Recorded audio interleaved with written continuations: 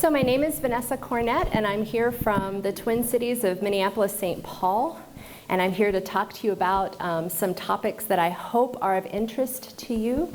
But I wanted to express my thanks and appreciation to my hosts, my translators, and especially to the United States Embassy, who, because of them, I'm able to be here and talk to you today. So I'm very grateful for that. Ben Vanessa Cornett. Amerika'dan Twin Hill, Minneapolis eyaletinden geliyorum buraya. Size müzikte performans kaygısı üzerine konuşma yapacağım. Amerikan Büyükelçiliğine bu projeyi sponsor ettikleri için teşekkür ediyorum.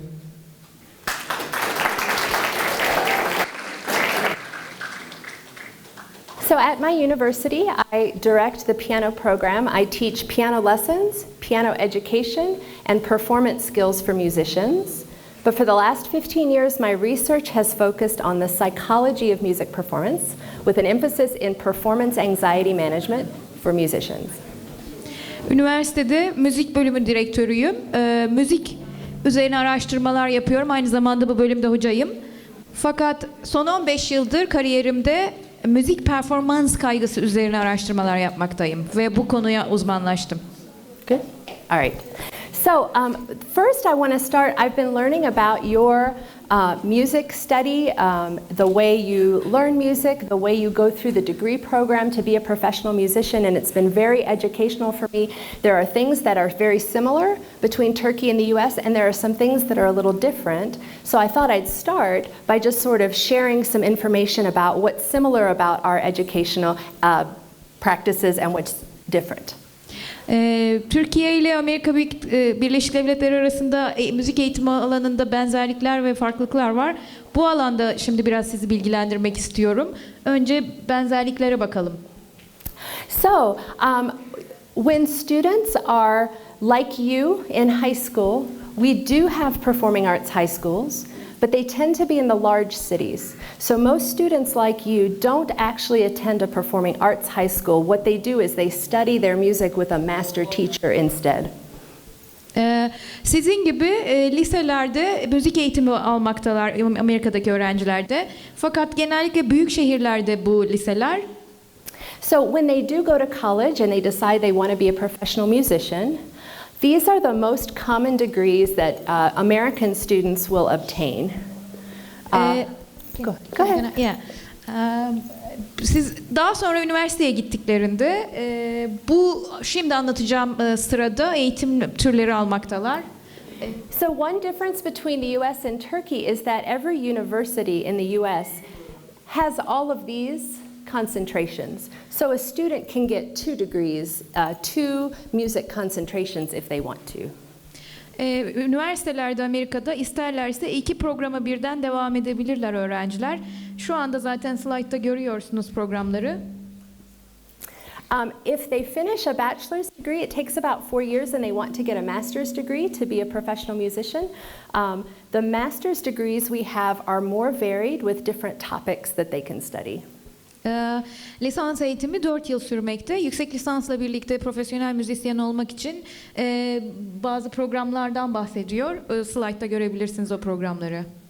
I want to point out a couple differences. One is that music education and piano education are 2 different curriculum paths. And the other is that the newer programs in the US are music therapy for therapeutic healing purposes and also arts administration for working in the industry.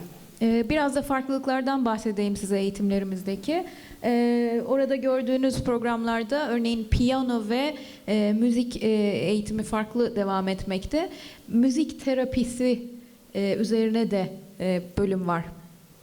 And then, if that's not enough for you and you want to get a doctorate in your American university, you can get a doctorate in any number of areas.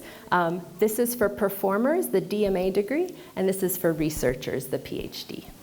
Evet, müzik alanında doktora eğitimine devam etmek isterseniz 2 alan var. Bir tanesi performans üzerine olan doktora, diğeri ise araştırma üzerine olan doktora.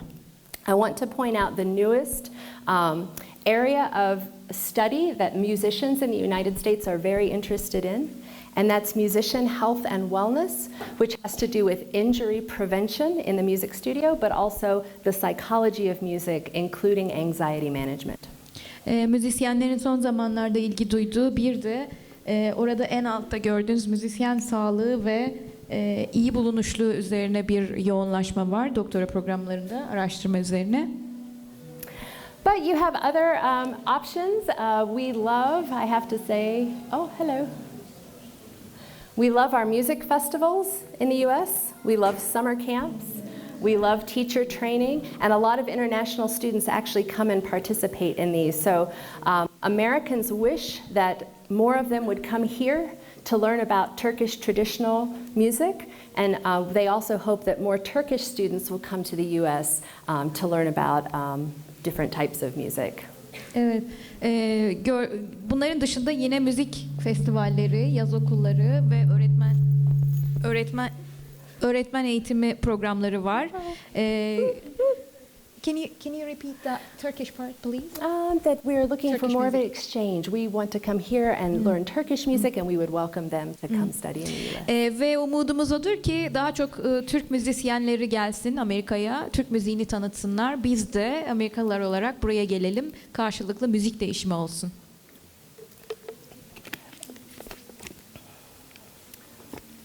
Because we'd love to have more of an educational and cultural exchange.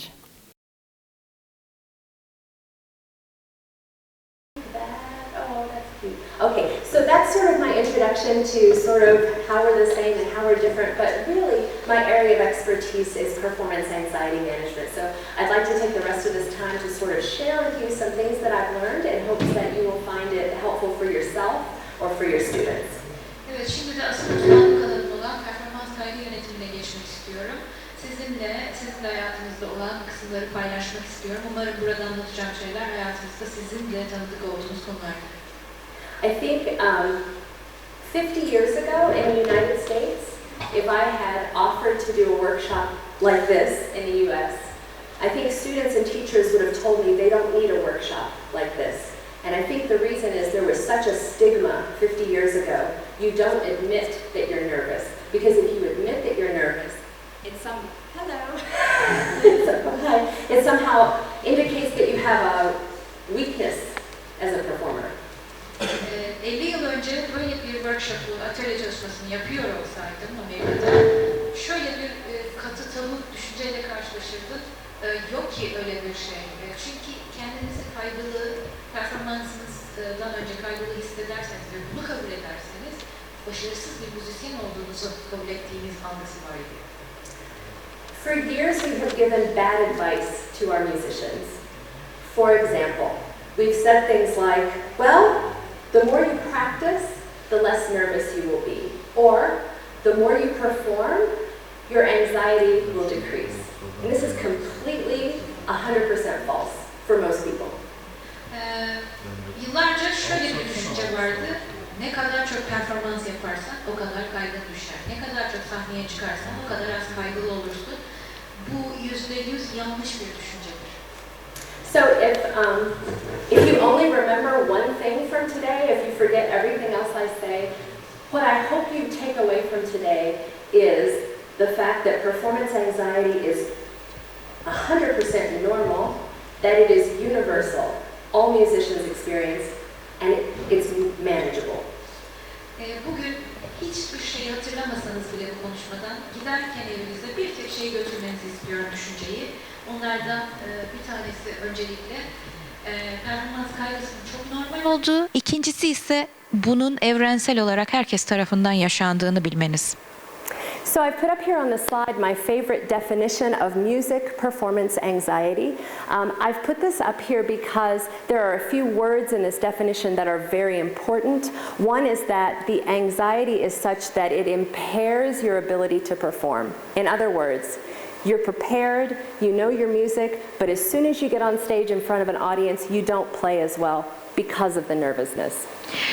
Benim performans kaygısı konusunda sevdiğim bir tanım görüyorsunuz burada. Bu tanımın içinde en önemli kısım bana göre Kaygı oluştuğu an, kaygının sizin performansınızı olumsuzluğa uğratacağı, örneğin çok iyi hazırlandınız, yeterince biliyorsunuz çalacağınız eseri ama sahneye çıkar çıkmaz bunu yapamıyorsunuz.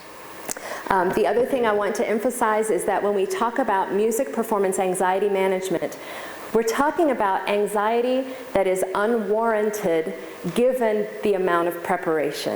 In other words, when a musician is not prepared for a performance, that's a different kind of anxiety. We're talking about the type of anxiety when a musician is prepared and yet the nerves still become a problem.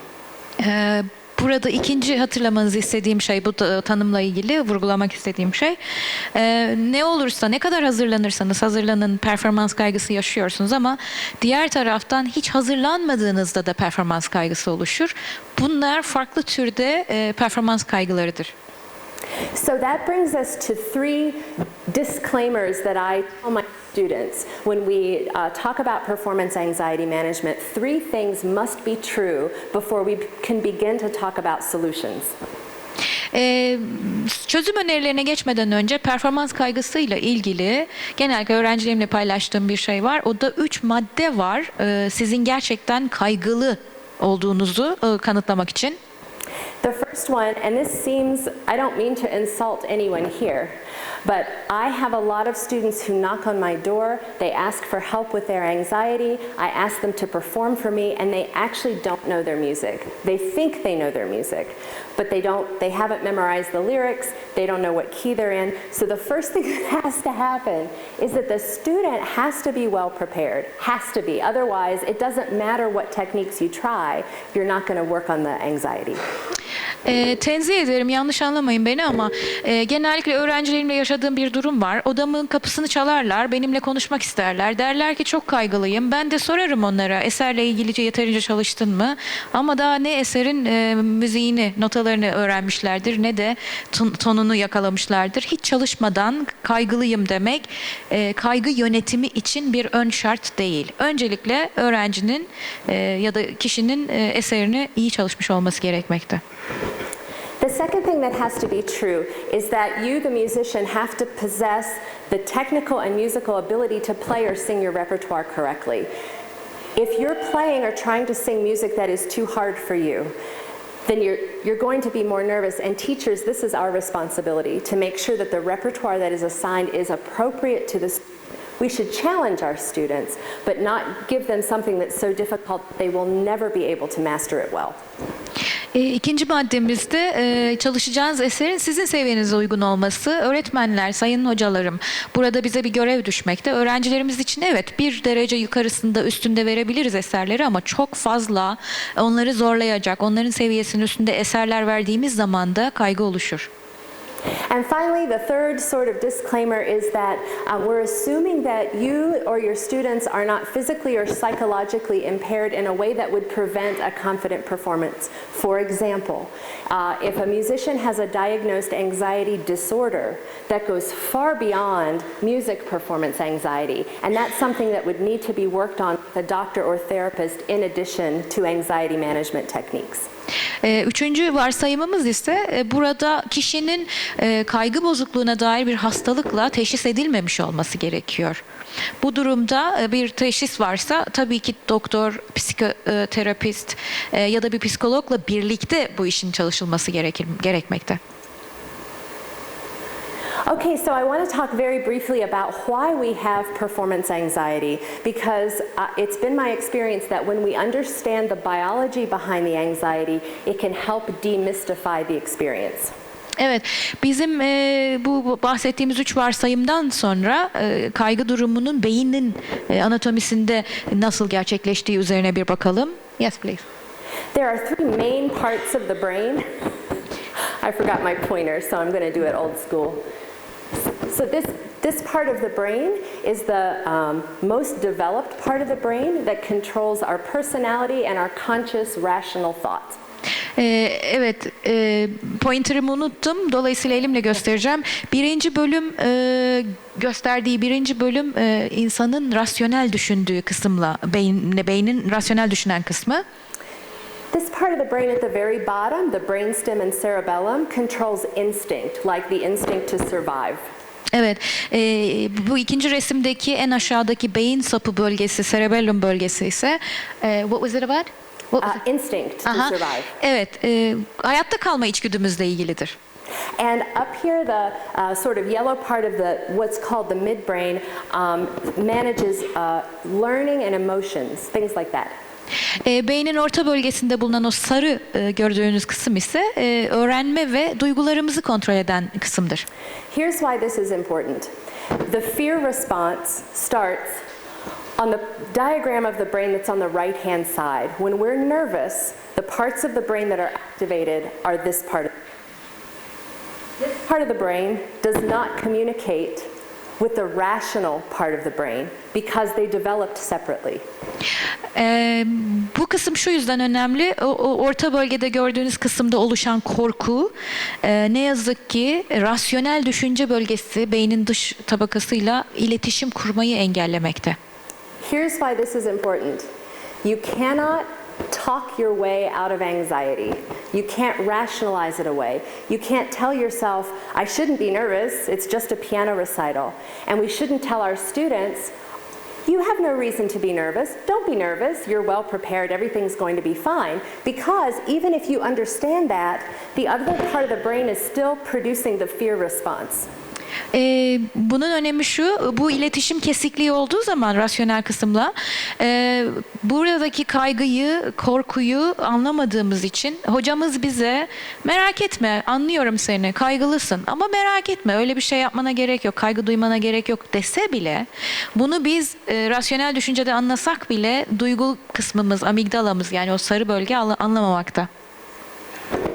You talk so much like me that I always know exactly what you're saying. Amygdala, I talked about amygdala. Go ahead. Okay, so I want to talk about 3 categories of symptoms of anxiety and explain sort of why we have those symptoms in our bodies. Evet, şimdi 3 kategoride size vücudumuzda kaygı durumlarını konuşacağım. Yes, please. So the first type of response that we will have when we're nervous is a physical response. These are changes that happen in our body. Why does this happen? This happens because the part of the brain that processes fear does not distinguish between an actual threat and an imagined threat. An actual threat would be you're being attacked by a wild animal. An imagined threat is you've got a recital coming up and it's really not going to kill you. Aha. Bu fiziksel etkiler şu yüzden olmakta. Beyin gerçek anlamda bir tehdit yediğinde bu tür fiziksel etkiler gösterir. Fakat beyinde bu korku oluştuğu zaman gerçekten dışarıdan bir tehdit var mı? Yoksa sahneye çıkıp bir resital mi vereceğiz? Bunların ikisini beyin ayırt edemediği için bu fiziksel etkiler ortaya çıkmakta korku anında. All of these symptoms serve a purpose, and all of these symptoms are designed to keep us safe from harm.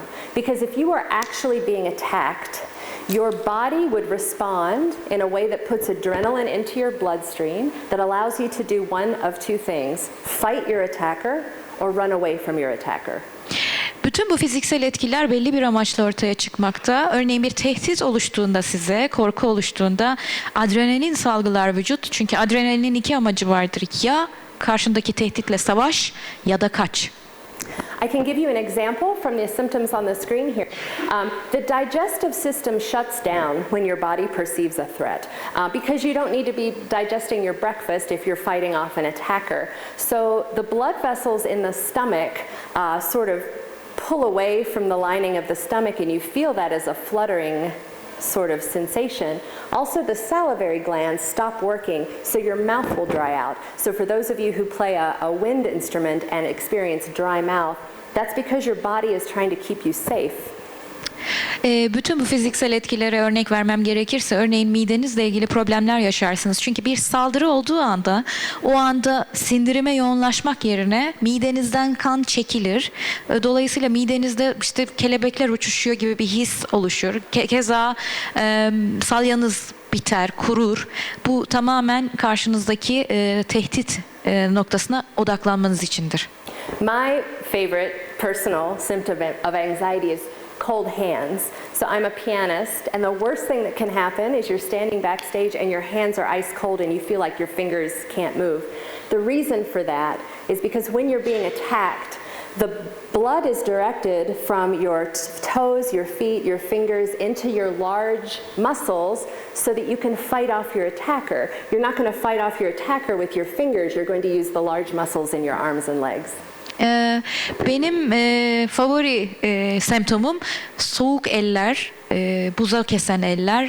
Çünkü o sırada özellikle ben bir piyano sanatçısı olduğum için, performans sanatçısı olduğum için bu da benim işimi zorlaştırıyor yaşadığım zaman. Bunun sebebi ellerimden kan çekilmekte geriye doğru, kaslarıma doğru. Çünkü savaşırken, eğer karşımda gerçek bir tehdit olduğunda savaşırken işte yumruğumu kullandığımda böylece buradaki kalın kaslarımın güçlü olması gerekir o kan, çekilen kan sayesinde. For some musicians, the cognitive symptoms of anxiety are even more troublesome because these symptoms lead you to criticize yourself excessively, judge yourself, doubt whether you're really prepared or not. Bazı semptomlar zihinsel, zihinde oluşmakta. İşte mesela birçok müzisyende kendini acımasızca yargılama, karar verme, kendi hakkında, performans hakkında olumsuz düşünme vardır. This happens, I'll show you a diagram later on in the slides, but part of the reason why this happens is because in order to survive, you need to make split-second decisions. So the electrical activity in your brain is increased. You think much faster. The brain needs something to think about. So what does the brain do? The brain thinks about all the worst possible things that can happen and how you're not actually ready for the performance. That doesn't mean it's true. That's just what the brain is processing at that moment. Bütün bunlar şu sebeple oluşuyor. Çok hızlı karar vermeniz gerekiyor korku anında ve o sırada hep de olumsuz kararlar veriyorsunuz beyninizdeki oluşan o hızlı elektrik akımı nedeniyle. Çünkü bunun sebebi aslında sizin kötü olduğunuz değil ama beyin hep olumsuz düşünmekte. Birazdan size bir şekil göstereceğim bununla ilgili. Yes? Yes, and the third sort of category is what I call hidden symptoms of anxiety, and these are things that we do that we may not realize are indicators that we're anxious. And the one I've highlighted is the favorite of American students, at least, and that is procrastinating, because we procrastinate on what we are secretly afraid we won't succeed at. Bir üçüncü kategori ise bu alanda gizli semptomlar dediğimiz alan ve burada en çok yaşadığımız erteleme, sürekli erteleme var. Amerika'da biz en azından bunu çok yaşamaktayız. So I've developed this model to sort of help myself understand the different ways we can approach performance anxiety management. I want to make clear that the human mind is so complex and every human being is so different that one approach is not going to work for everybody. Remember that the next time you find a book or a blog or a website that promises you the definitive answer to anxiety management, because there is no one definitive answer, but we can find several ways to approach the issue. Şöyle bir diyagram oluşturdum kendim bu probleme yaklaşırken. Fakat şunu hatırlayalım ki hiçbir şekilde tek bir çözümü yok bu işin. Çünkü insanın kompleks yapısı, doğası nedeniyle bir kişide çalışan çözüm önerisi diğerinde çalışmamakta. Hiçbir web sitesi, kitap yok ki tek bir yöntemle sizin bütün kaygı, performans kaygınızı alsın götürsün. So for example, one of the ways we can address anxiety management proactively before it ever happens is to look at how we're preparing. So this slice of the pie has to do with how we are practicing, not necessarily how much we are practicing, but the depth of our practice. Evet, ilk parça proaktif bir yöntem, yani kaygı oluşmadan önce kişinin bol pratik yapması. Fakat bu pratik yapma meselesinde pratiği nasıl yaptığı önemli, ne kadar uzun süre yaptığından çok. O yüzden daha pratik derinliğine yoğunlaşmaktayız. So there is a surprising amount of research that shows that musicians, athletes, other high achievers who set small daily goals or weekly goals have less anxiety than people who only have long-term goals. For example, if I go to the practice room and I'm behind and I think, I've got to learn this Beethoven sonata today, I'm not going to do as well as if I go into the practice room and say, today I'm going to memorize this page and I'm going to do a harmonic analysis of these two lines. And I do something like that every time I practice. Başarılı müzisyenler, spor insanları incelendiğinde onların uzun hedefleri için küçük küçük parçalar halinde kendilerine gündelik hedefler koyduklarını gördük. Bu konuda çok araştırma var ve bunun çok işe yaradığını gözlemledik. Örneğin Brahms'ın sonatasını çalacaksam ben bugün gündelik hedef koymada bugün şu sayfayı ezberleyeceğim, 2 satır armoni isini inceleyeceğim gibi küçük hedefler, gündelik hedefler koymaktayım. I can't say this often enough, and I'm just speaking from experience. We need to understand and we need to help our students understand that just because you can play through a piece or sing through a piece with no mistakes in front of your teacher does not mean you know the repertoire well enough to survive anything that could possibly happen to you on stage. Ben çok başıma gelmese de genellikle öğrencilerimde gözlemlediğim bir olay. Bir eseri hatasız çalabiliyor olması bir öğrencinin öğretmenin önünde daha büyük resmi, repertuarı anladığı, görebildiği anlamına gelmemekte. Analyzing the repertoire is very important so that you understand the repertoire from the point of view of a composer. I'll just go through all these.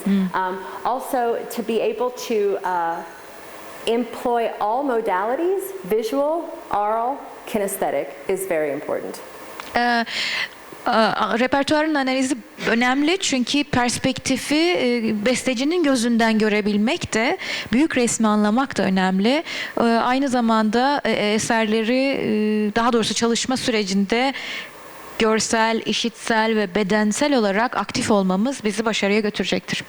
But here's the most important one, and I don't know if it's the same here. In the United States, our college students have lessons, and then they have one performance class every week.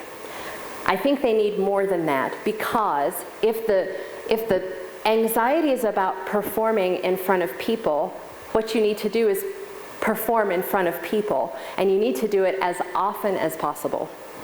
Amerika'da performans dersleri çok az haftalık olarak. Bu da kaygıyı arttırmakta. Eğer amacımız performans ise o zaman hedefe giden yolda da performansı bol bol yapmalıyız insanların önünde. Dolayısıyla bu saatin arttırılması önemli. So what I recommend is that we teach our students to distinguish between high stakes performance experiences and low stakes performance experiences, because what we often do is just prepare for the big recital or the big event and don't take steps along the way to develop our performance skills.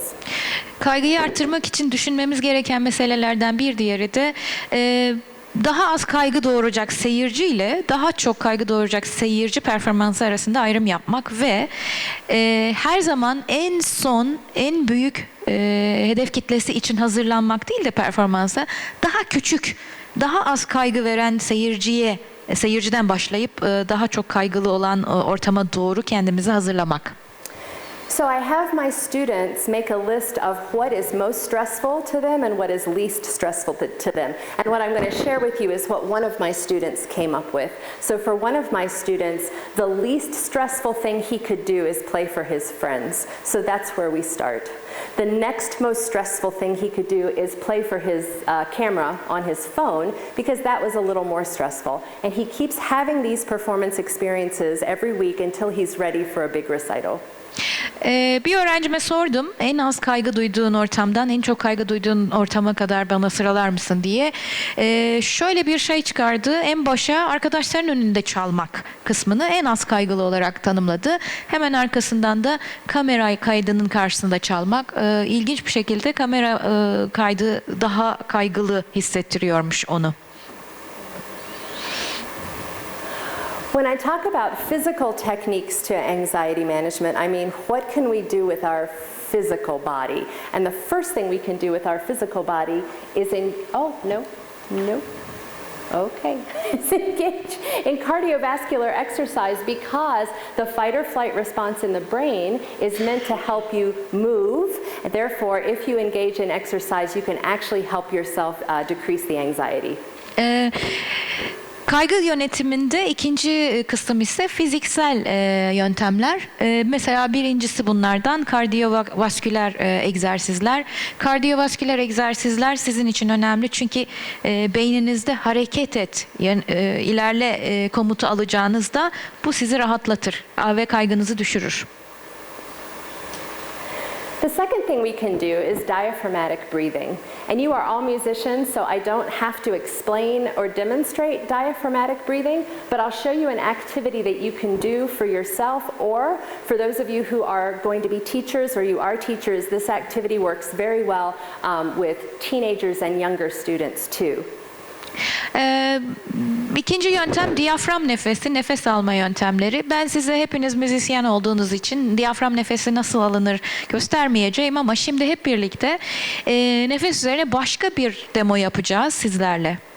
So if you have a student breathe from the diaphragm, you can have her practice what I call finger breathing, and that is as you inhale, you slide your thumb to the tip of your finger, and as you exhale, you slide your thumb back to the base of your finger, and then we'll go through each finger. And I'm going to practice this while she's translating. Okay. Şimdi şöyle yapacağız. Diyafram nefesi alırken mesela öğrencilerimizin kaygı anında, kaygı çalışmalarında parmağımı öne doğru ilerlettiğimde nefes alacağız. Parmağımı geriye doğru getirdiğimde nefes vereceğiz ve bunu her 5 parmağımla birlikte yapacağız. Size bir demo yapacağım ben. Yeah? It links body and mind. You're breathing, but you're keeping track of your breath and you're feeling your fingers, so it brings you out of your head and back to your body. So this is a breathing technique that relieves anxiety in a number of different ways, not just because it's diaphragmatic, but because you're doing this sort of routine. Aha. Parmağımızla bu dokunma hareketi de aslında odak noktamızı değiştirecek. Dolayısıyla bizim kaygı durumumuzu düşürecek. Yes, okay. Go ahead, go ahead. Are you going to do the demo with them? No? No. No? All right. Uh-huh. So, I'm very heavy with my finger. So the next thing we're going to talk about is how we're thinking about our thinking. In my experience, most advanced musicians, graduate students, find this extremely helpful to study in anxiety management. Üçüncü kısım ise zihinsel kısım, yani düşünme hakkında düşünme. Genellikle lisansüstü öğrencilerin bu konuyu çok faydalı bulmaktalar. So if we're the only living beings who can think about our thinking, we're the only living beings that we know of that can observe how we're interacting with ourselves. This is very important when we're looking at the cognitive effects of anxiety, such as self-doubt. Bu çok önemli. İnsanlar tek kendi düşünme hakkında düşünebilen ya da düşünebilen canlılardır. Burada kendimizle iletişime geçiyoruz interaktif bir biçimde ve bu da bizim kaygı durumumuzu anlamamızı sağlıyor.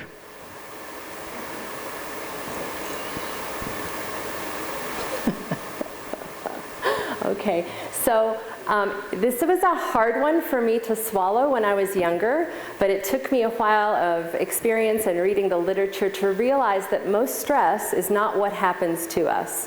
Most stress happens because of how we react to what happens to us. Stresin büyük bir kısmı kendi düşünmemizin sonucu. Dolayısıyla bize olan bir şey değil, aslında bizim bize olan şeye reaksiyon göstermemizdir stres durumu. This is a sort of chain that I developed that I think explains why we feel certain ways. At the top of the chain, something happens to us. We have an event coming up. We have a recital. And then we start to have thoughts about that event. The more we think those thoughts, they become belief. Böyle bir dizilim yarattım ben. Bu yaratıda ilk başta olay oluşmakta. Arkasından onun hakkında düşünürüz. Düşündükçe, fazlaca düşündükçe bu konuda inanç geliştiririz. Just because you think something over and over and it becomes a belief doesn't mean it's true, because thoughts are not facts. So if I think over and over again that I'm never going to be able to perform this Chopin ballade coda, pretty soon that becomes a belief, and I start to have emotions as a result of that. And the emotions I have are that I'm not good enough, I'll never be able to achieve this. Bir şeyi çok fazla düşündüğümüz zaman bunların inanç, dolayısıyla duygu doğurması aslında o inançların doğru olduğu anlamına gelmiyor ya da o düşüncelerin. Örneğin kendimiz hakkında oluşturduğumuz işte ben Chopin'i çalamam dediğimiz o olumsuz düşünce bizde olumsuz duyguları yaratmakta. Here's something that I wish someone had told me when I was in school. The first is that, of course, thoughts are not facts. The second is that your emotions are never irrational. Every emotion you have is biological. It's real, it's genuine. You can't change your emotions, but you can go back and try to change the thoughts that triggered those emotions. Daha önce öğrendiğim bir gerçeği paylaşayım sizinle. Düşünce, yani duygular hiçbir zaman rasyonellik dışı değildir dediklerinde bana biraz zorlanmıştım algılamakta. Orada söyledikleri şey duygular gerçektir.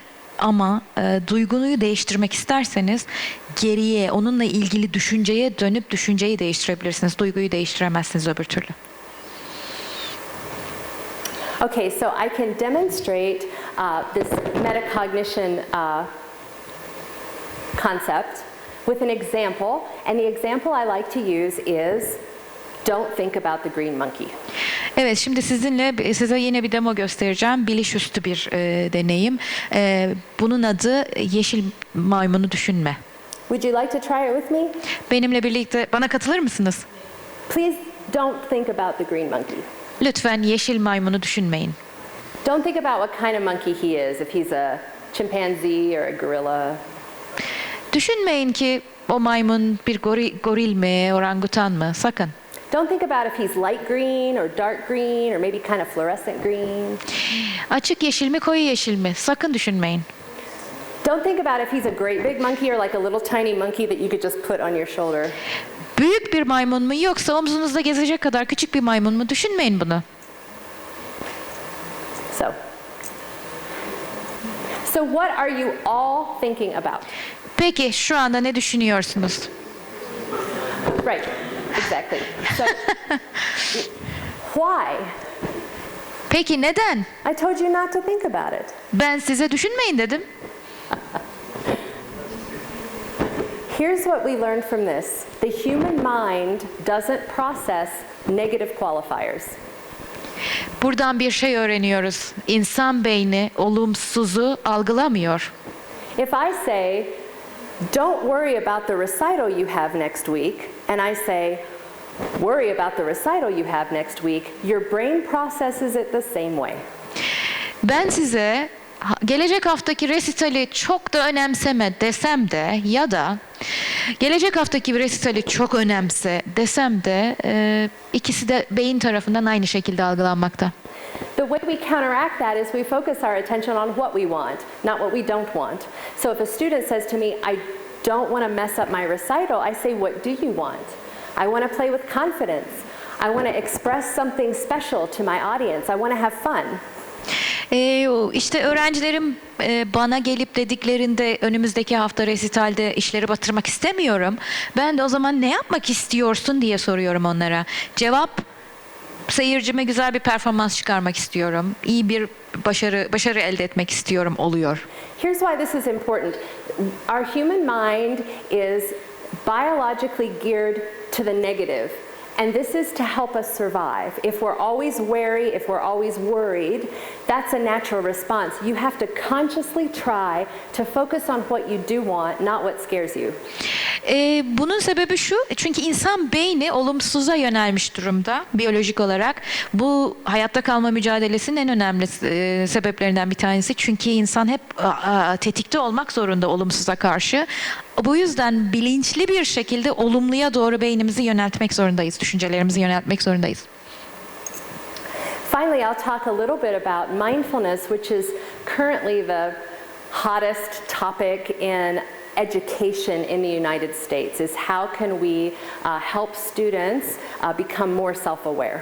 Evet, son konuşacağım konu bu terapi yöntemlerinde farkındalık konusu. Şu anda Amerika'da eğitim sektöründe çok tartışılan önemli bir konu halinde.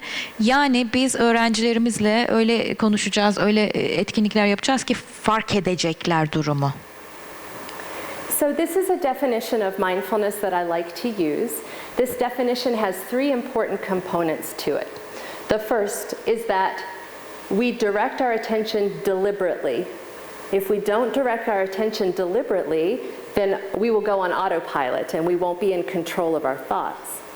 The second is that we direct our attention without judgment when we can. And the third is that we direct our attention in the present moment. Evet, bu farkındalığın tanımı, bu tanımda 3 tane önemli mesele var. Birincisi, yani niyetli ve kasıtlı bir biçimde düşüncelerimizi yöneltmek durumundayız. İkincisi, what was the second one? Without judgment. Hiçbir şekilde yargılamadan düşüncelerimizi yönlendirmeliyiz ve üçüncüsü, Present moment. Şu anda kalmayı sağlamalıyız. This works so well for musicians. Why? Because music happens in the present moment. When we're making music, we are making music moment by moment as it happens.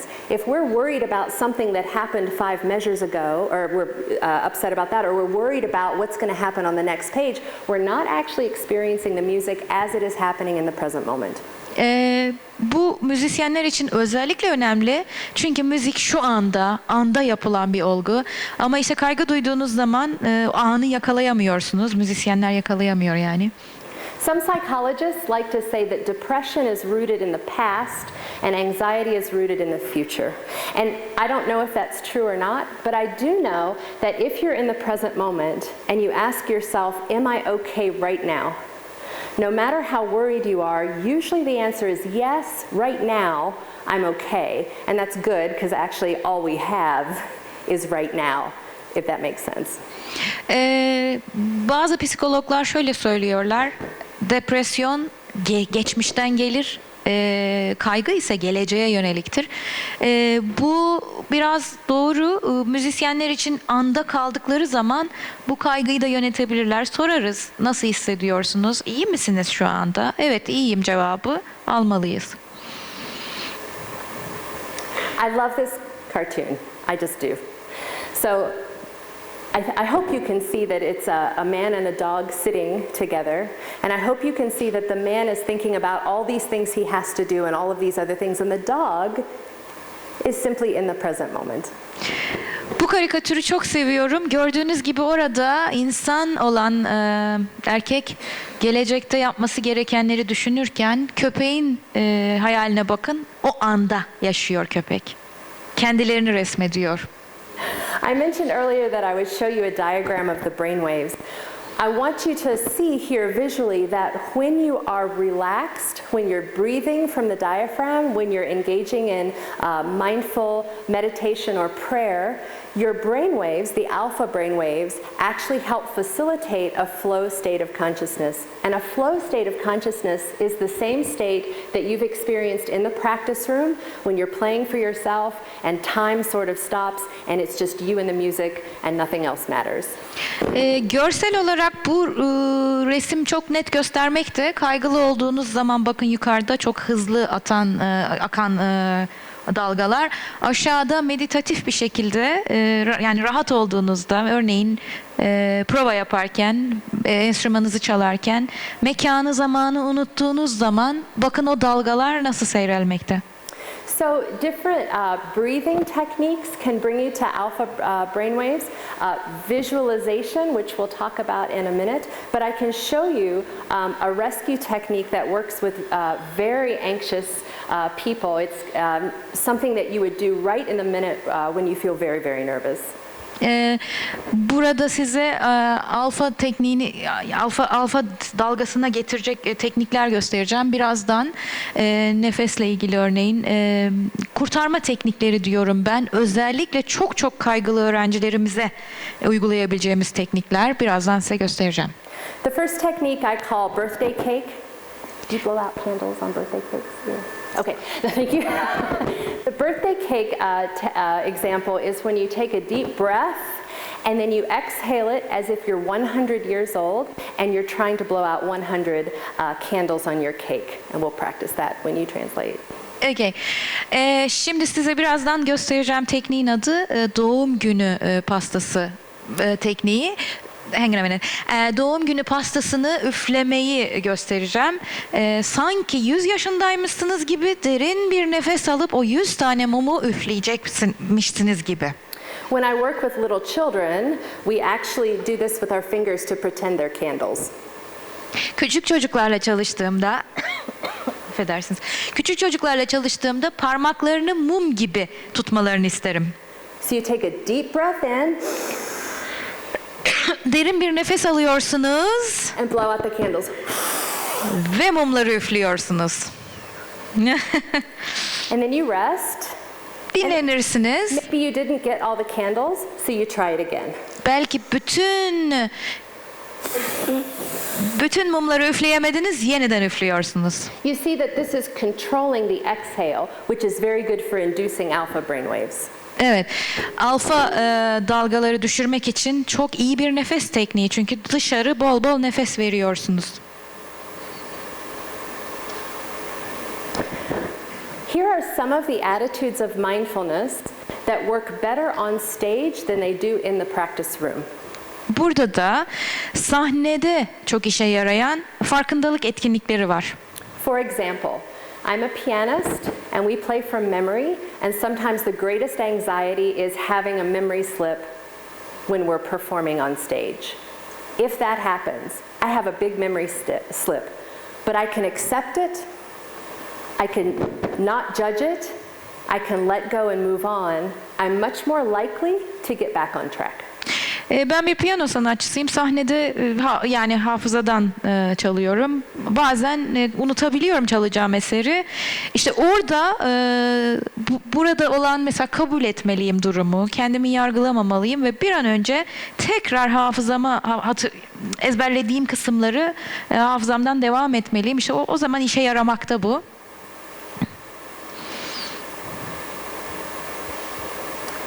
So we know from the research that if you close your eyes and imagine that you are performing a recital, your brain, your muscles, and some of the nerves around your muscles actually think that you are performing the recital you're imagining. İkinci yöntem hayal etmek. Bu işimizde... Can you repeat that please quickly? So when you imagine that you're doing something, the body and brain think you're really doing it. Aha. Gözünüzde canlandırdığınız zaman beyniniz ve vücudunuz gerçekten sanki o an o işi yapıyormuş gibi harekete geçer. So if you are worried about all worst possible things that can happen, your mind thinks that you're having these mistakes, but every night before you go to bed, if you close your eyes and imagine that you are the world's greatest superstar and you're giving the most amazing performance of your life, your body and your brain think that that is happening every night. Evet, sahnede kendinizi hayal ettiğiniz zaman hep olumsuz şeyleri hatırlamaya hayal ediyorsanız, o zaman her gece yatağa girmeden önce kendinizi dünyanın en iyi müzisyeni olarak hayal etmeye başlayın. O zaman olumlu düşünceler oluşacaktır. It's been my experience working with musicians that visualization, imagery, imagining yourself in a successful situation is by far the most effective anxiety management technique, and this is also true of Olympic level athletes who visualize their performances before they compete. Evet, araştırma sonuçları da göstermekte ki çok olumlu bir etkisi var kendinizi olumlu bir şekilde hayal etmenizin. Hatta olimpiyat atletleri bile koşmadan önce bu tür çalışmalar yapmaktalar. So again, we're looking at anxiety management from multiple perspectives. The more of these techniques you try, the more likely that you'll access different parts of the brain and you'll manage the anxiety from different modalities. Burada çok boyutlu bir kaygı yönetimi diyagramı görüyorsunuz, resmi görüyorsunuz. Bunların her birini pratik ettikçe çok farklı beyninizde ve bedeninizde çok farklı bölgelere hitap ediyor olacak ve de kaygıyı yönetiyor olacaksınız. So just a couple conclusions for you. The first is, it's all fine and good to talk about anxiety management techniques, but you have to practice them as often as you practice your instrument. You can't just read a book about playing scales and expect your scales to get better. Athletes practice mental skills every day with their coach, as well as the physical technique. Sonuçlara gelirsek en önemlisi bir tanesi, bunları pratik etmeniz gerekiyor. Tıpkı enstrümanınızı her gün prova ettiğiniz gibi oturup çalışmanız gerekiyor. Bir kitabı okuyup, sadece okuyup onu uygulamamak o kitabın söylediklerini yapabileceğiniz anlamına gelmez. Çok ünlü atletler bile koşmaya başlamadan önce her gün koçlarıyla birlikte önce zihinsel olarak bu etkinlikleri yapmaktalar. The other thing I just want to impress is that you can't wait until you're standing backstage and think, what was it she said, and try some of these techniques. The saying we use in the US is, you don't learn to swim in a stormy ocean, you learn to swim in calm water. So you start today and you practice several weeks, hopefully, before your performance. İkinci sonucumuz da çıkarmamız gereken sonuçta bunu son dakika kulise gelince yapmak değil, bu yöntemleri uygulamak değil. Bunları her gün yavaş yavaş hayatınıza, daha doğrusu performansa çıkmadan en azından epey bir hafta önce uygulamanızdır. Bizim Amerika'da söylediğimiz yaygın bir söyleyiş vardır. Fırtınalı bir okyanusta yüzme öğrenilmez. Önce sakin bir denizde yüzmelisiniz. Orada öğrenmelisiniz. So I don't want to leave you with the idea that the goal is to get rid of the adrenaline in your bloodstream. We actually want to keep some of it because some adrenaline helps us feel excited and leads us to perform very well. Evet, bizim amacımız adrenalini yok etmek değil burada. Çünkü adrenalinin bir miktarı güzeldir. Size tatlı bir heyecan katar. So if you think about it, and if you think about music competitions or athletic competitions such as the Olympics, no world record was ever broken in isolation. Peak performances happen when you are in front of an audience because the adrenaline is high. Çünkü yarışmaları, olimpiyatları falan düşünürseniz hiçbir dünya rekoru seyircisiz bir odaya kapalı bir biçimde kırılmamıştır. Bütün bu performanslar seyircinin önünde olmuştur. The problem happens when we misinterpret adrenaline as fear or if there's too much of it. But I can show you a technique that can help you keep some of the adrenaline but get rid of some of the negative feelings. Adrenalini yanlış algılamamalıyız. Bir miktarı durmalı demişti daha önce.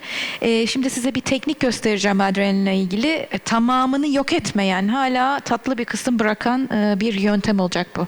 And this breathing technique that I'm going to show you works really well with students or professional musicians who are intensely panicked. So this works during a panic attack. This also works during a period of intense emotion. I call this technique half, half, half.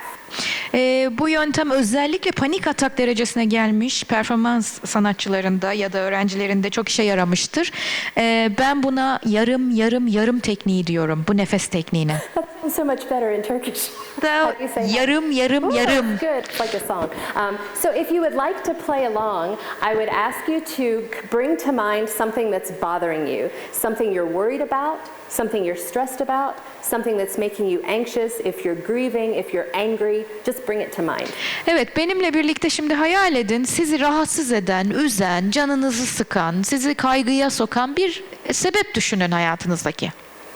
So what we're going to do is we're going to inhale deeply, and when we exhale, we're going to agree to get rid of only half of those feelings. We're going to keep half because we can, but we're going to let go of half. Evet. nefesi derin alacaksınız.